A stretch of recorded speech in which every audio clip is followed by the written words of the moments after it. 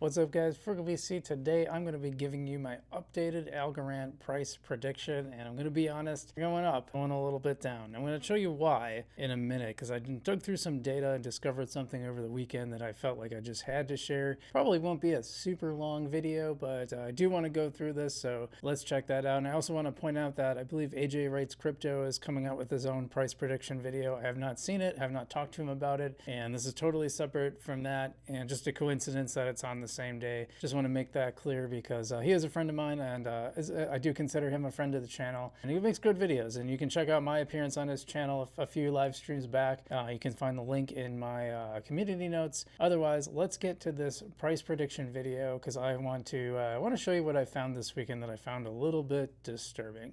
Before we do that, guys, if you wouldn't mind hitting that subscribe button, also and hit the like button as well. As I always say, you don't have to smash it, you can just press it gently. And I want to give a big shout out to our sponsor, Non-Fungible Domains. They are providing those .algo addresses, make it a lot easier than all those letters and numbers. You can just have a simple address you can plug into various things, and it works a lot. It just works a lot more smoothly.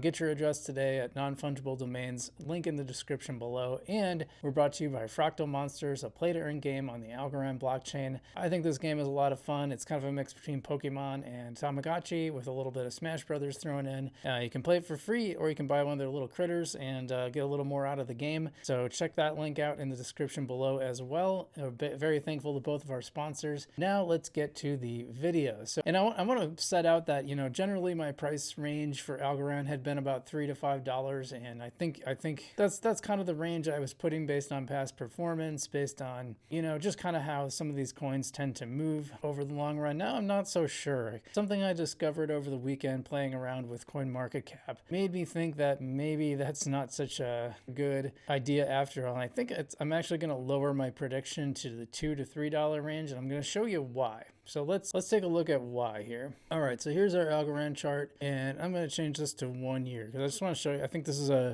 very insightful. I want to show you how Algorand has done over 1 year. Now we're down quite a bit over 1 year, 36% down, right? Well, the cool thing is Algorand has this, or CoinMarketCap has this ability to compare it with other coins. So let's just look to Bitcoin. Takes just a bit to load up. Yeah, you can see Bitcoin is way up around 82% up, whereas Algorand is what did we say, 36% down in a year-to-year comparison. So if you bought Bitcoin a year ago, and we kind of saw this through our DeFi experiment, you might remember that a while ago, that we found that just investing in Bitcoin did better than any of our Algorand control group or any of our DeFi experiments. You just made more money just buying into Bitcoin at that time. Now, Bitcoin was a lot lower, but so was Algorand, and Algorand has gone down, not up. Now it's gone up a little bit, it pumped, but it hasn't hit that 1 year. Even that little pump we had, because we were in the 20-some cent range. Where were we? Yeah, we were around 26 cents. And so we've not even really been able to get back to that. We got kind of close. But not quite there, which is, you know, it's really disappointing for anyone holding Algorand. And that's Bitcoin. Let's look at some other ones. I mean, let's just try Ethereum. And yeah, still not great. Actually, we do better from Bitcoin than Ethereum, but still doesn't compare to still ETH did much better than Algorand, which is really disappointing. And then if you try something like Solana, which has terrible tech. I mean, it's been down like I don't know how many times. Algorand has had no downtime, and you know the gains are enormous, and they were kind of even for a while in terms of now this is in terms of percentage, not dollars. That's just I want to make that clear. This chart is showing you percentage over that 1 year time. Solana was pretty flat, but then once the mini bull started taking off, and that's kind of what we've seen in the past is we've seen this sort of mini bull form, you know, before the halving, which I believe, what was it, about 77 days away, 76, something like that, because they're, you know, we don't know for sure. They're considering it happening sometime in April or May, I believe. We tend to see this little run up before the bull, and then the big bull happens after. Now, history doesn't always repeat itself. You know, that's an error that you can make. So who knows?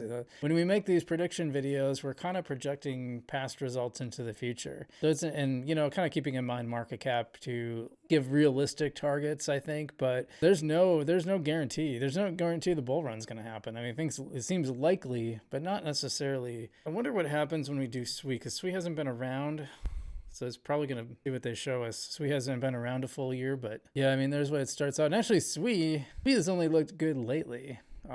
It's improved a lot after being low, but now if you bought at the depths of the bear market, you know, you did a lot better on SWI than you did Algorand, because they both kind of pumped and then Algorand shot back down, whereas SWI keeps going. And you know, the price is actually really good right now with SWI, actually up on my little bit of SWI bag that I bought. And you know, we can look at some competitors. Like the graph is actually pretty close in terms of market cap, and you can see the graph has done better too. Not as much as like say Bitcoin or some of the other coins, so like Solana, but it's actually also done better. I tried like a whole bunch of them. I could not. There was one I found that did worse, and now I'm trying to remember what it was. You know, XRP did better, not much better. XRP's been a little disappointing compared to a year ago. Let's compare to Cardano. Yeah, even ADA has done better, and some of these have not done significantly better. Now it's interesting because one other thing I'm going to say is like a lot of people like talk about like these partnerships and all this other positive news. And I just don't think it really impacts price very much, because what you see is like these patterns generally look pretty similar. You know, they all kind of move macro. You know, they kind of follow a macro cycle, and some just do follow it a little better, if that makes sense. Like some, you see the same dips and curves, right? For the most part. I mean, you can see these look pretty parallel, but they're just a little bit stronger. So I'll show you the one, and you know, people got mad at me. I had to laugh because I made this Gala is dead video, and people got really mad at me for making this video. I was mostly talking about like the fundamentals of the company because they seem absolutely horrid. People are getting fired or leaving left and right. Consumers aren't happy. There's just a lot of negative sentiment. Usually that's not a good sign for your company. I'll tell you, people who do fundamental analysis, that's stuff that they take into account if they're smart. They don't just look at charts. Like in fact, most of them, I think the most successful ones, I mean, there are quant traders too, but most of them look at like fundamental analysis, and they do deep dives into the finances, into sentiment, you know, what management, all these things.